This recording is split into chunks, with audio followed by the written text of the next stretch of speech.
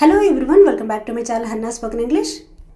ఈ రోజు వీడియోలో కూడా ప్రతిరోజు మాట్లాడే తెలుగు మాటలు ఇంగ్లీష్లో ఈజీగా మాట్లాడడం నేర్చుకుందాం. సో ఆల్రెడీ మీ అందరికీ తెలిసిందే, వీడియో అక్కడ స్కిప్ చేయకుండా ఎండ్ వరకు చూడడానికి ట్రై చేయండి. ముందుగా ప్రీవియస్ వీడియోలో నేను మిమ్మల్ని అడిగిన క్వశ్చన్స్కి సమాధానాలు చూద్దాం. నెంబర్ 1, ఫోన్ చూస్తూ కూర్చుంటే పనులవ్వవు.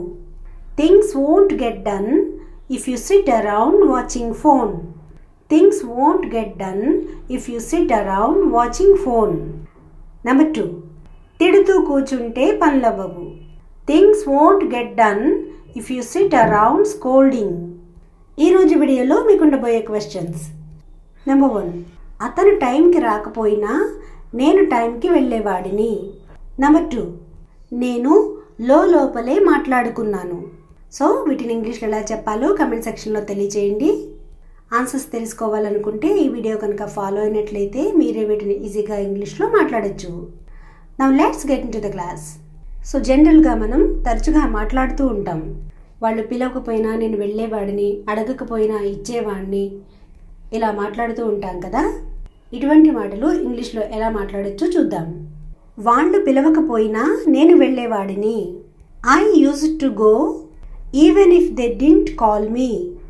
I used to go even if they didn't call me. ఆమె నాతో మాట్లాడకపోయినా నేను ఆమెతో మాట్లాడేదానిని. I used to talk to her even if she didn't talk to me. వాళ్ళు నాకు ఏమీ చెప్పకపోయినా నేను వాళ్ళకి సహాయం చేసేవాడిని. I used to help them even if they didn't tell me anything. ఆమె నన్ను అడగకపోయినా నేను డబ్బులు ఇచ్చేవాడిని. I used to give money even if she didn't ask me. Next one, లోపల తిట్టుకుంది లేదా మనసులో నవ్వుకుంది లేదా మనసులో నవ్వుకున్నాను లేదా లోపల నవ్వుకున్నాను, ఇలాంటి మాటలు మాట్లాడుతూ ఉంటాం కదా. సో వీటిని ఇంగ్లీష్లో ఎలా మాట్లాడాలో చూద్దాం. నేను మనసులో నవ్వుకున్నాను లేదా నేను లోపల నవ్వుకున్నాను. I smiled inwardly. I smiled inwardly. ఆమె అతన్ని మనసులో తిట్టుకుంది లేదా లోపల తిట్టుకుంది. She scolded him inwardly. అతను ఆమెని మనసులో గొణుక్కున్నాడు లేదా లోపల గొణుక్కున్నాడు. He grumbled her inwardly. He grumbled her inwardly. ఆమె లోపల సంతోషపడింది. ఒక్కొక్కసారి బయటికి చెప్పకుండా లోపలే సంతోషపడుతుంటాం కదా మనసులో. She was cheerful inwardly. She was cheerful inwardly. ఆమె బయటికి ప్రశాంతంగా ఉంది కానీ లోపల చాలా భయంతో ఉంది. ఒక్కొక్కసారి ఇటువంటి సిచ్యువేషన్స్ ఫేస్ చేస్తుంటాం కదా. She is outwardly calm but inwardly terrified. She is outwardly calm but inwardly terrified. Outwardly అంటే బయటికి చూడడానికి. ఆమె లోపల ఏదో ఆలోచించుకుంటుంది.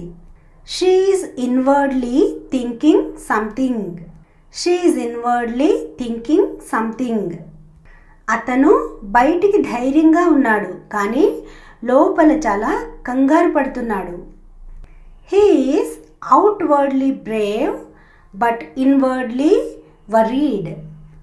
He is outwardly brave but inwardly worried. ఇప్పుడు మీ క్వశ్చన్ ఆల్రెడీ అడిగిందే, నేను లోపలే మాట్లాడుకున్నాను. So guys, this is the class for today. Thanks for watching and see you in the next video.